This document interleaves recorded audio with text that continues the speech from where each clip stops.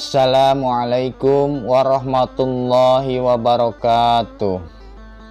Sahabat Rasulullah Shallallahu Alaihi Wasallam Mus'ab bin Umair. Mus'ab bin Umair adalah seorang remaja Quraisy yang terkemuka, paling tampan, penuh dengan jiwa semangat muda. Sejarawan ahli riwayat menjelaskan masa mudanya dengan ungkapan seorang penduduk Mekah yang mempunyai nama paling harum. Demikian tulis Khalid Muhammad Khalid dalam bukunya Rijal Haula Ar-Rasul. Atau dalam bahasa lain, ia kerap disanjung sebagai pemuda Mekah yang menjadi sanjungan semua orang. Juga disebut dengan gelar Mus'ab al-Khair atau Mus'ab yang baik. Mus'ab lahir dan besar dalam berbagai kesenangan. Ia begitu dimanjakan oleh kedua orang tuanya. Singkat cerita, hidupnya bergelimang kenikmatan. Di mata gadis-gadis Mekah, tentu saja namanya menjadi buah bibir yang senang dibicarakan oleh kaum Hawa. Di berbagai tempat, ia juga selalu jadi bintang atau bahasa kita sekarang superstar atau idol yang memiliki banyak fans. Mus'ab lahir dan dibesarkan dalam limpahan kenikmatan.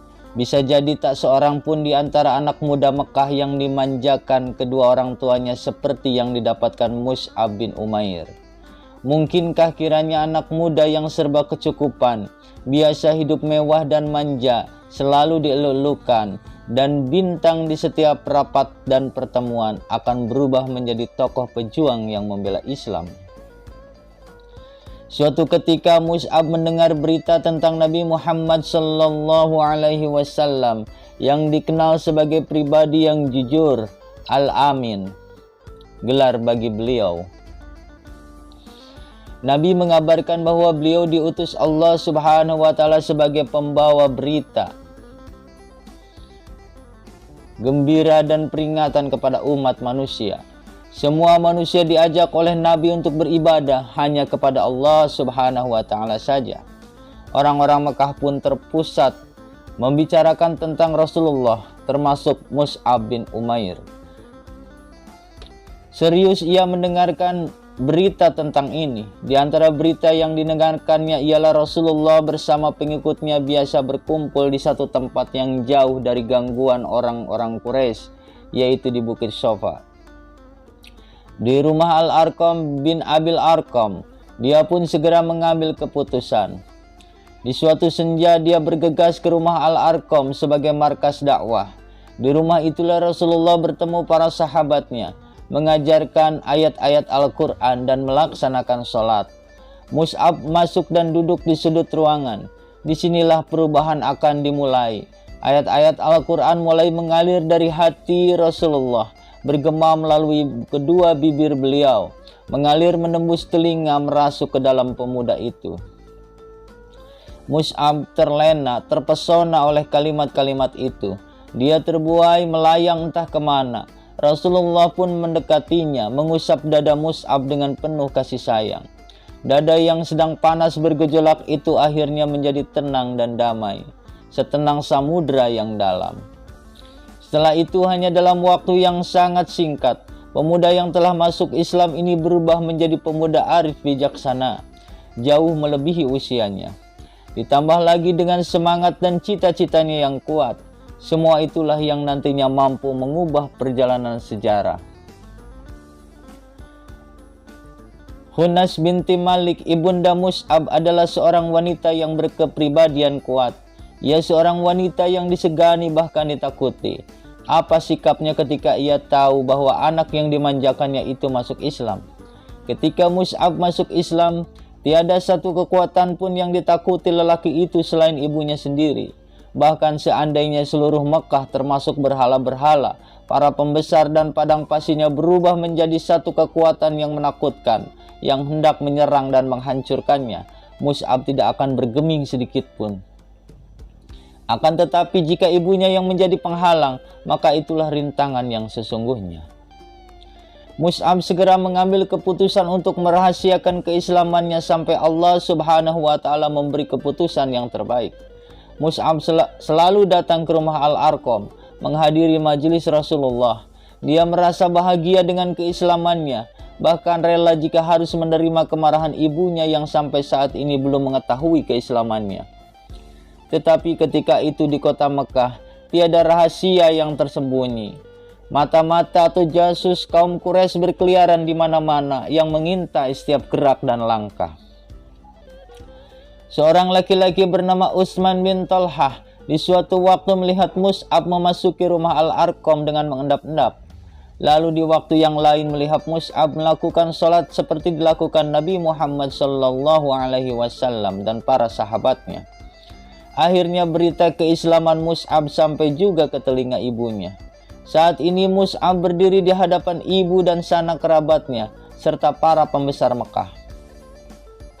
Dengan hati mantap dia membacakan ayat-ayat Al-Quran yang telah membersihkan hati para pengikutnya, mengisinya dengan hikmah dan kemuliaan, juga kejujuran dan ketakwaan. Ketika sang ibu hendak membungkam mulut putranya dengan tamparan keras, tiba-tiba tangan yang bergerak cepat itu jatuh terkulai. Saat melihat cahaya yang bergerak cepat itu jatuh terkulai, melihat cahaya yang membuat wajah yang berseri itu kian berwibawa dan patut diindahkan. Cahaya yang menimbulkan ketenangan dan rasa pasrah. Karena rasa keibuannya, Ibunda Mus'ab tidak jadi memukul putranya. Dia memikirkan cara lain untuk memberi pelajaran kepada putranya yang telah ingkar kepada Tuhan-Tuhan sesembahannya. Akhirnya Mus'ab disekap di satu kamar, dikunci rapat dari luar. Untuk beberapa lama Mus'ab terkurung dalam ruangan itu, hingga dia mendengar bahwa beberapa sahabat Nabi SAW hijrah ke Habasyah. Kesempatan ini tidak disia-siakan oleh Mus'ab. Dengan sedikit strategi dia berhasil mengecoh ibu dan para penjaganya. Ia berhasil lolos dari kurungan, lalu ikut hijrah ke Habasyah. Dia tinggal bersama saudara-saudaranya sesama muhajirin, lalu pulang ke Mekah.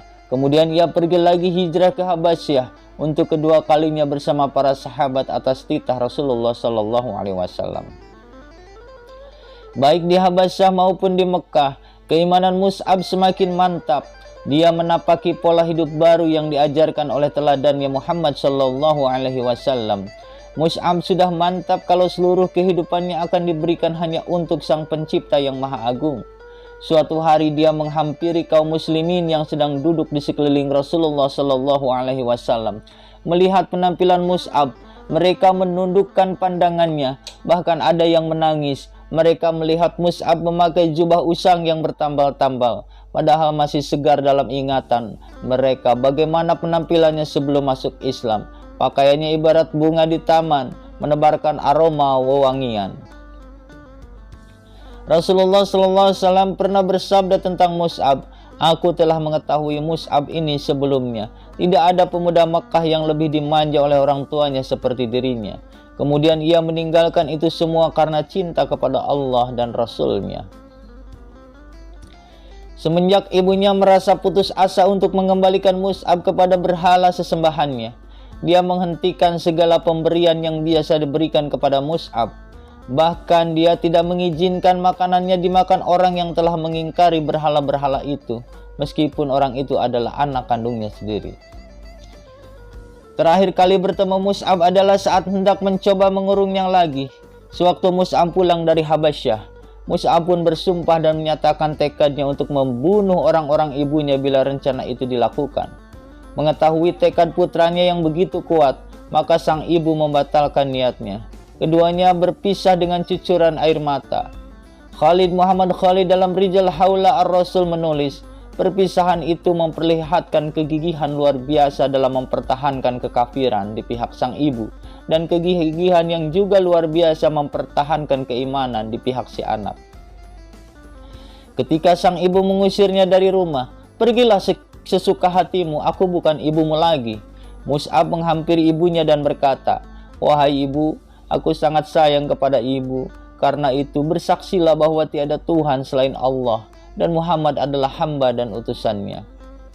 Sang ibu menjawab dengan marah, "Demi bintang gemintang, aku tidak akan masuk ke dalam agama itu. Otakku bisa rusak dan akalku akan melemah." Mus'ab meninggalkan kemewahan dan kesenangan dan memilih hidup miskin serta kekurangan. Pemuda ganteng itu kini hanya mengenakan pakaian yang sangat kasar. Sehari makan dan beberapa hari rela menahan lapar. Akan tetapi jiwanya yang telah dihiasi akidah suci dan cahaya ilahi mengubah dirinya menjadi seorang manusia yang lain, manusia yang dihormati, penuh wibawa dan disegani. Sekarang Mus'ab dipilih Rasulullah untuk melakukan tugas sangat penting, menjadi utusan Rasulullah ke Madinah. Tugasnya adalah mengajarkan agama Islam kepada orang-orang Ansor yang telah beriman dan berbaiat kepada Rasulullah di Bukit Aqabah. Juga untuk mengajak orang lain menganut agama Islam dan mempersiapkan kota Madinah untuk menyambut hijrah Rasulullah ke kota itu. Di kalangan para sahabat saat itu masih banyak yang lebih tua, lebih berpengaruh dan lebih dekat hubungan kekeluargaannya dengan Rasulullah daripada Mus'ab. Tetapi Rasulullah memilih Mus'ab al-Khair. Rasulullah sadar sepenuhnya bahwa beliau telah memikulkan tugas yang sangat penting kepada pemuda itu, menyerahkan kepadanya masa depan Islam di kota Madinah, kota yang tak lama lagi akan menjadi kota hijrah, pusat dakwah, tempat berhimpunnya penyebar dan pembela Islam. Mus'ab memikul amanah itu dengan bekal kecerdasan dan akhlak mulia yang dikaruniakan Allah kepadanya. Dengan sifat juhud, kejujuran dan keikhlasan, dia berhasil memikat hati penduduk Madinah hingga mereka berduyun-duyun masuk Islam. Selain itu ia ahli mengaji dan suaranya merdu dalam membaca Al-Quran, menjadi salah satu daya tarik yang memikat. Saat Mus'ab memasuki Madinah, jumlah penganut Islam hanya 12 orang, yaitu orang-orang yang telah berbaiat di Bukit Aqabah. Hanya dalam beberapa bulan, penduduk Madinah sudah berbondong-bondong masuk Islam. Pada musim haji berikutnya, kaum muslimin di Madinah mengirim rombongan yang mewakili mereka untuk menemui Nabi.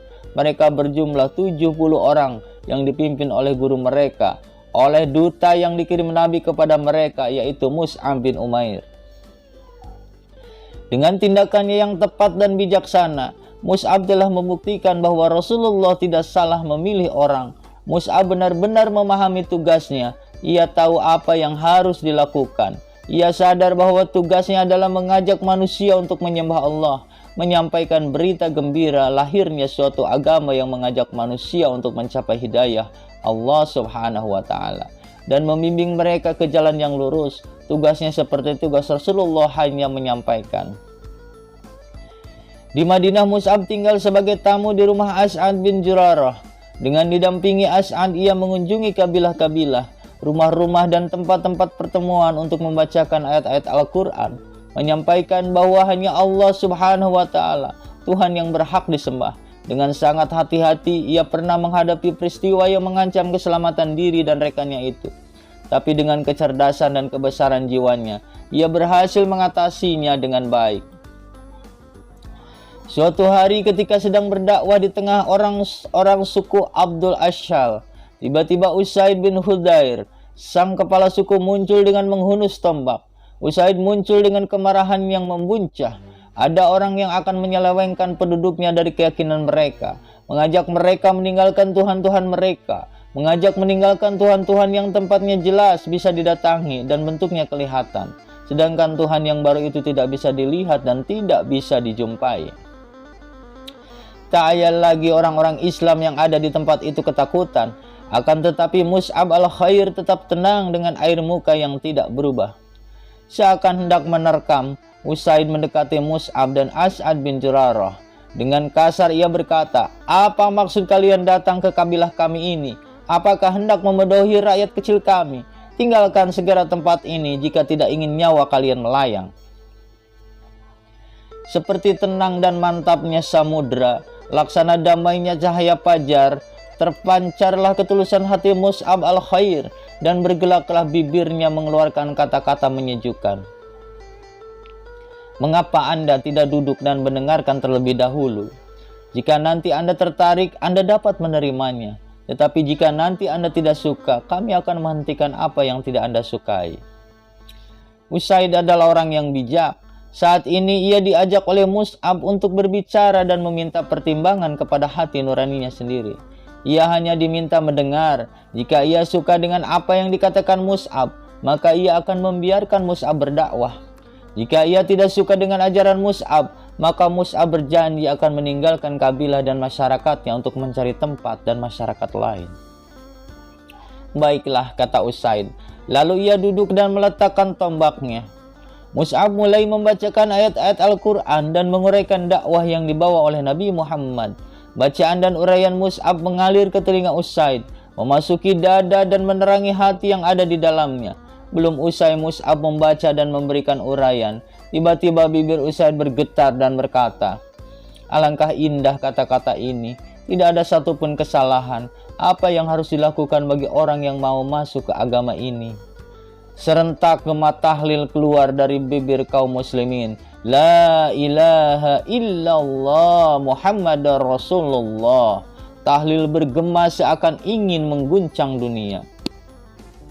Mus'ab berkata, hendaklah ia membersihkan pakaian dan badannya, lalu mengucapkan asyhadu an la ilaha illallah wa asyhadu anna Muhammadar Rasulullah. Usaid meninggalkan mereka beberapa saat, kemudian kembali dan air masih menetes dari rambutnya. Ia berdiri dan mengucapkan asyhadu an la ilaha illallah wa asyhadu anna Muhammadar Rasulullah. Berita ini tersebar dengan sangat cepat, secepat cahaya. Sa'ad bin Mu'adz juga mendatangi Mus'ab. Setelah mendengar uraian Mus'ab, ia pun masuk Islam. Setelah itu Sa'ad bin Ubadah juga masuk Islam. Masuk Islamnya tiga tokoh ini berarti terbuka lebar pula kesempatan bagi penduduk Madinah untuk masuk Islam. Mereka berkata, jika Usaid bin Hudair, Sa'ad bin Mu'adz dan Sa'ad bin Ubadah sudah masuk Islam, apalagi yang kalian tunggu? Mari kita menemui Mus'ab dan menyatakan keislaman kita. Kata orang, kebenaran itu terpancar dari setiap kata-katanya. Demikianlah duta Rasulullah yang pertama telah mencapai hasil gemilang yang tiada tara, suatu keberhasilan yang layak diperolehnya. Beberapa tahun kemudian Rasulullah bersama para sahabatnya hijrah ke Madinah. Sampai di bagian ini dapatlah kita ambil hikmah bahwa Mus'ab adalah pemuda yang berwibawa, cerdas dan tak ketinggalan tampan. Lewat kepandaiannya Sa'ad bin Mu'adz dan Usaid bin Hujair, pemuda Bani Abdul al-Ashal memeluk Islam, kemudian diikuti oleh seluruh anggota Bani Abdul al-Ashal. Yang harus diperhatikan di sini ialah kepercayaan penuh Nabi Muhammad SAW terhadap Mus'ab bin Umair. Karena ini adalah perwakilan pertama Nabi, maka sudah sepantasnya bila untuk tugas yang sangat penting ini dipilih oleh seseorang yang memiliki kecakapan dan kelayakan yang diperlukan. Kita bisa memandang hal ini sebagai bentuk perhatian penuh Nabi Muhammad SAW terhadap kaum muda. Orang-orang kafir Quraisy semakin geram. Mereka menyiapkan kekuatan untuk melampiaskan dendam mereka terhadap kaum muslimin. Maka terjadilah perang Badar dan kaum kafir Quraisy pun mendapatkan pelajaran pahit yang membuat mereka semakin kalap dan tidak waras. Mereka berusaha menebus kekalahan di perang Badar itu. Kemudian tibalah perang Uhud. Rasulullah berdiri di tengah barisan kaum muslimin, menatap setiap wajah. Siapa yang sebaiknya membawa bendera pasukan? Ketika itu terpilihlah Mus'ab al-Khair. Ia maju dan membawa bendera pasukan dengan mantap. Peperangan berkobar dan berkecamuk dengan sengitnya. Pasukan panah kaum muslimin melanggar perintah Rasulullah. Mereka meninggalkan posisi mereka di atas bukit. Setelah melihat pasukan musuh lari terbirit-birit, perbuatan mereka itu secepatnya mengubah suasana. Kemenangan berganti kekalahan. Tanpa diduga pasukan berkuda musuh menyerang pasukan kaum muslimin dari atas bukit. Pasukan Islam pun kalang kabut. Melihat barisan kaum muslimin porak-poranda, musuh pun mengarahkan serangan ke Rasulullah SAW. Mus'ab bin Umair menyadari suasana gawat ini, maka diacungkannya bendera pasukan setinggi-tingginya. Dengan suara lantang ia bertakbir, Allahu Akbar. Ia maju menerjang berkelabat ke sana kemari mengibaskan pedangnya. Ia ingin mengalihkan serangan musuh yang sedang tertuju kepada Rasulullah. Ia menyerang sendiri namun terlihat seperti satu pasukan tentara. Sungguh walaupun hanya seorang diri, Mus'ab bertempur laksana sepasukan tentara. Satu tangannya memegang bendera pasukan yang harus terus berkibar, dan tangan satunya lagi menebaskan pedang dengan matanya yang tajam. Jumlah musuh yang dihadapinya Mus'ab semakin banyak. Mereka semua ingin menginjak-injak mayatnya untuk mencapai Rasulullah Shallallahu Alaihi Wasallam. Marilah kita dengarkan apa yang diceritakan oleh saksi mata. Bagaimana saat-saat terakhir sebelum Mus'ab bin Umair gugur sebagai syahid. Ibnu Sa'ad yang menyebutkan bahwa Ibrahim bin Muhammad bin Surahbil berkata, "Ayahku pernah bercerita begini, Mus'ab bin Umair adalah pembawa bendera pasukan di perang Uhud. Tatkala barisan kaum muslimin porak-poranda, Mus'ab tetap gigih berperang. Seorang tentara berkuda musuh, Ibnu Qami'ah, menyerangnya dan berhasil menebas tangan kanannya hingga putus. Mus'ab mengucapkan, Muhammad itu tiada lain hanyalah seorang rasul yang sebelumnya telah didahului oleh para rasul. Lalu bendera itu ia ambil dengan tangan kirinya dan ia kibarkan. Musuh pun menebas tangan kirinya hingga putus. Mus'ab membungkuk ke arah bendera pasukan. Lalu dengan kedua pangkal tangannya ia mendekap dan mengibarkan bendera itu sambil mengucapkan, Muhammad itu tiada lain hanya seorang rasul yang sebelumnya telah didahului oleh para rasul. Orang berkuda itu menyerangnya lagi dengan tombak, menghunjamkannya ke dada Mus'ab. Mus'ab pun gugur dan bendera pun jatuh. Gugurlah Mus'ab dan jatuhlah bendera. Ia gugur sebagai bintang dan mahkota para syuhada. Ia gugur setelah berjuang dengan gigih, mengorbankan semua yang dimilikinya demi keimanan dan keyakinannya. Ia merasa jika ia gugur akan sangat terbuka peluang untuk membunuh Rasulullah. Demi cintanya kepada Rasulullah yang tiada terbatas dan kekhawatiran akan nasib Rasulullah, ia menghibur dirinya setiap kali pedang menebas tangannya. Muhammad itu tiada lain hanyalah seorang rasul yang sebelumnya telah didahului oleh para rasul. Kata-kata ini terus ia ulangi, kata-kata yang kemudian hari menjadi bagian dari ayat Al-Quran. Al-Quran yang akan senantiasa dibaca oleh kaum muslimin. Setelah pertempuran usai, jasad pahlawan gagah berani ini ditemukan terbaring dengan wajah menelungkup ke tanah, digenangi darahnya yang suci, seolah-olah tubuh yang telah kaku itu takut menyaksikan bila Rasulullah ditimpa musibah. Karena itu ia menyembunyikan wajahnya agar tidak melihat peristiwa yang ditakutinya itu. Atau ia merasa malu karena telah gugur sebelum bisa memastikan keselamatan Rasulullah dan sebelum ia selesai menunaikan tugasnya dalam membela dan melindungi Rasulullah. Wahai Mus'ab, cukuplah Allah Subhanahu wa Ta'ala bagimu. Namamu akan selalu dikenang dan selalu harum dikenang oleh sejarah. Rasulullah bersama para sahabat mengitari setiap sudut medan pertempuran untuk menyampaikan salam perpisahan kepada para syuhada. Ketika sampai di tempat terbaringnya Mus'ab, bercucurlah air mata beliau dengan deras. Khabbab bin Arat menceritakan, bersama Rasulullah kami hijrah di jalan Allah untuk mengharap ridhonya. Pasti kita mendapat ganjaran di sisi Allah. Di antara kami ada yang lebih dulu meninggal dunia dan belum menikmati pahalanya di dunia ini sedikit pun. Mus'ab bin Umair adalah satu dari mereka. Ia gugur di perang Uhud. Tidak ada yang bisa dipakai untuk mengkafaninya kecuali sehelai kain. Ia ditutup mulai dari kepalanya, kedua kakinya kelihatan. Jika ditutup mulai dari kakinya, kepalanya kelihatan. Maka Rasulullah Shallallahu Alaihi Wasallam bersabda, tutupkanlah ke bagian kepalanya dan tutupilah kakinya dengan rumput izkir. Hadis riwayat Bukhari. Betapapun luka pedih dan duka mendalam menimpa Rasulullah karena Hamzah paman beliau gugur dan tubuhnya diruksak oleh orang musyrik hingga bercucuran air mata beliau. Betapapun penuhnya medan perang dengan jenazah kaum muslimin, di mana mereka semua adalah panji-panji ketulusan, kesucian dan cahaya. Betapapun semua itu menggoreskan luka mendalam di hati Rasulullah, tapi beliau menyempatkan berhenti sejenak dekat jasad dutanya yang pertama untuk melepas kepergiannya dan mengeluarkan isi hatinya. Rasulullah SAW berdiri memandangi jasad Mus'ab bin Umair dengan penuh kasih sayang dan cahaya kesetiaan. Beliau membaca firman Allah yang artinya, di antara orang-orang mukmin terdapat orang-orang yang telah menepati janji mereka kepada Allah. Surat Al-Ahzab ayat 23. Ada kesedihan di mata beliau ketika melihat kain yang dipergunakan untuk mengkafani Mus'ab. Beliau bersabda, ketika di Mekah dulu tak seorang pun yang lebih halus pakaiannya dan lebih rapi rambutnya daripada kamu. Tetapi sekarang ini rambutmu kusut hanya dibalut sehelai kain.